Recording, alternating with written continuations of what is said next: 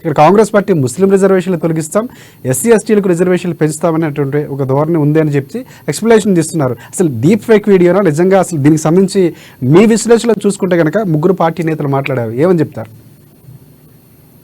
ఇప్పుడు అది fake, deep fake వీడియోనా వాస్తవం అనేది విచారణలో బయటపడుతుంది.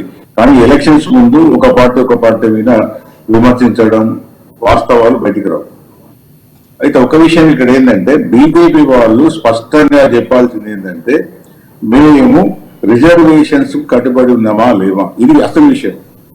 ఈ విషయము స్పష్టంగా చేయకుండా ఉండి ఒకవేళ ద్వంద్వ మాటలు మాట్లాడి ఈ రకరకాల అనుమానాలకు తావిస్తా మాత్రం బీజేపీ రాజకీయంగా బాగా దెబ్బతింటది. తర్వాత దానికి ఉన్న విశ్వనీయత కూడా దెబ్బతింటది. ఎందుకంటే భారత రాజ్యాంగంలో 1950 నుంచి కూడా రిజర్వేషన్స్ రకరకాల రూపంగా వస్తున్నాయి. ఈవెన్ ఒక విషయం చెప్పొచ్చు, ఇప్పుడు ముస్లిం రిజర్వేషన్ అంబేద్కర్ స్ఫూర్తికి విరుద్ధం నేను కూడా ఒప్పుకుంటాను. ఎందుకంటే అంబేద్కర్ ఇచ్చిన రిజర్వేషన్ విధానం వేరు.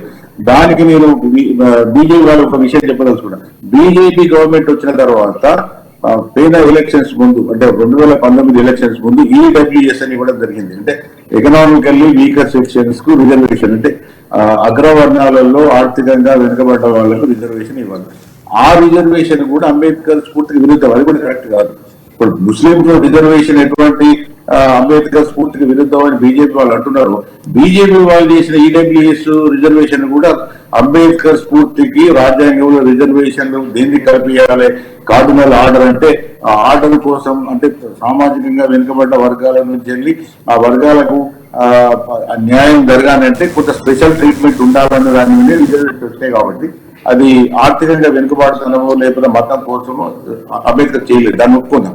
కాబట్టి రిజర్వేషన్స్ వస్తుంటే పెరగాలి కానీ తగ్గే అవకాశం లేదు. ఒకటేంటంటే, ఎందుకు నేను ఈ మాట అంటున్నానంటే, 70 సంవత్సరాల ఆర్థిక అభివృద్ధి తర్వాత కూడా రిజర్వేషన్ అనేది ఒక ముఖ్యమైన ఒక ఇది సామాజిక మార్పు కోసం అంబేద్కర్ ఏదైతే పోరాటం చేసి కోరుకున్నాడో ఆ మార్పు కొంత మేరకు రావడం జరిగింది, ఇంకా అనుకున్నంత మేరకు రాలేదు.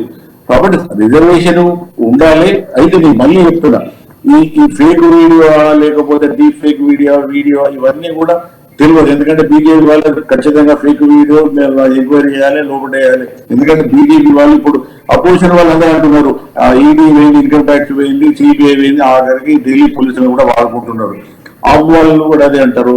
అన్ని అపోజిషన్ పార్టీస్ కూడా బీజేపీ ఇప్పుడు ఎందుకు ఇవన్నీ ఎందుకు వస్తున్నాయంటే, ఇప్పుడు ఉదాహరణకు ఆపు విషయమే తీసుకుందాం. కేజ్రీవాల్ ఎలక్షన్స్ ముందు అరెస్ట్ చేయాల్సిన అవసరం లేదు. ఈ కేసు దాదాపు 2 సంవత్సరాల నుంచి నడుస్తున్నది.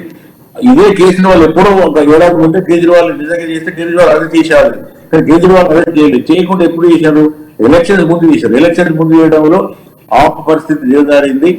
ఆపు పరిస్థితి పార్టీ పరంగా కానీ మిగతా అంశాల్లో అంటే అన్ని ఇప్పుడు రేవంత్ రెడ్డి కానీ మిగతా వాళ్ళకి కానీ ఇప్పుడు నోటీసులు కూడా అదే భాగంలో ఇచ్చడానికి కూడా అపోజిషన్ కానీ చాలా మంది అనుకుంటున్నారు. కాబట్టి బీజేపీ వాళ్ళు ఇప్పటికైనా ఒక స్పష్టమైన వైఖరి అవలంబించి నిజంగానే మీరు అభివృద్ధి చేస్తున్నారు, దేశ రక్షణ ఉన్నది, మీ మోడీకి మంచి పలుకుబడి ఉన్నది, ఒకవేళ అవి ఏంటంటే ఈ నోటీసులు ఎందుకు, మేము రిజర్వేషన్ 100% కట్టుబడి ఉన్నాము, ప్రధానమంత్రి చెప్తే అయిపోతుంది కదా. క్రాంతికరణ్ గారు, క్లియర్ కట్ గా రిజర్వేషన్ అంశం బీజేపీ పార్టీ స్టాండ్ ఏదైతే ఉందో అది ప్రజలకి కరెక్ట్ గా చెప్పే ప్రయత్నం చేస్తే ఇంత జరిగేది కాదు కదా అని ఒక విమర్శలు వస్తున్నాయి. మీరు వినే ఉంటారు. ఇప్పుడు ఆ పార్టీకి సంబంధించి, కాంగ్రెస్ పార్టీకి సంబంధించి రాజకీయ విశ్లేషకులు పాపిరెడ్డి గారు చెప్పిన అంశాలు. సో బీజేపీ చాలా సమాధానాలు చెప్పాల్సిన అవసరం ఉంది. మీరేమంటారు సార్? ఇప్పుడు బీజేపీకి స్టాండ్ ఎవరి నోటి ద్వారా వస్తే అది స్పష్టమైన ఒక స్టాండ్ అవుతుంది. ఈ భారతీయ జనతా పార్టీకి సంబంధించిన ప్రతినిధిత్వం వహిస్తున్న ఈ దేశ ప్రధాని నరేంద్ర మోడీ గారు వారి నోటితోనే డైరెక్ట్ గా స్పష్టంగా ఏమన్నారంటే, ఈ దేశంలో రాజ్యాంగం ఎంత పకడ్బందీగా రాయబడ్డది అంటే, బాబాసాహెబ్ అంబేద్కర్ రాసిన రాజ్యాంగము తిరిగి బాబాసాహెబ్ పూర్తి కూడా ఈ రాజ్యాంగాన్ని దాంట్లో ఉన్న రిజర్వేషన్ ని మార్చలేము అని నరేంద్ర మోడీ గారు స్పష్టంగా వారి నోటితోనే ఒక రాజకీయ ప్రచార వేదిక మీదకి స్పష్టంగా చెప్పడం జరిగింది. స్పష్టంగా మతం ఆధారితంగా రిజర్వేషన్లు ఏవైతే ఉన్నాయో దానికి వ్యతిరేకిస్తున్నాము, కానీ ఈ వెనుకబడ్డతనం మీద ఆధారంగా ఏవైతే ఎస్సీ ఎస్టీ రిజర్వేషన్లు ఏవైతే ఆనాడు బాబాసాహెబ్ అంబేద్కర్ రాసిండో అదే రకంగా కొనసాగుతుంటాయి. ఇది ఎప్పటి వరకు కొనసాగుతాయి అంటే ఈ సమాజంలో వివక్ష ఉన్న నాడు వరకు కూడా ఇదే స్పష్టంగా నరేంద్ర మోడీ గారు చెప్పిన విషయం ఇది. నేను కాదు, మీరు కాదు. కాకపోతే ఒక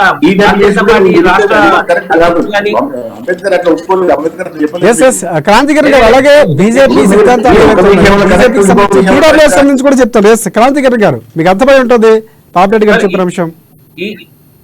వారు నేను ఒప్పుకుంటాను, నేను వారి విషయం, వారు చెప్పిన విషయం ఏకీభవిస్తాను, దాంట్లో అనుమానం లేదు. బీజేపీ పార్టీ అంటే అంబేద్కర్ సిద్ధాంతాలకు వ్యతిరేకంగా వెళ్తుందా పీడబ్ల్యూఎస్ విధానంలో? సార్, ఈ ఈడబ్ల్యూఎస్ విషయం వచ్చేసరికి అది స్పష్టమైన చర్చ జరిగింది.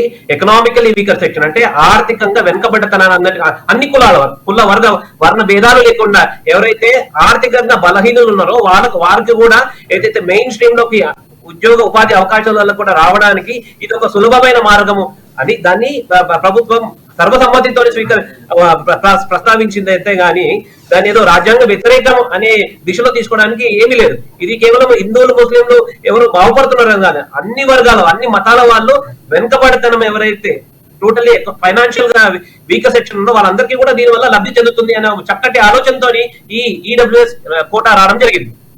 Right right right right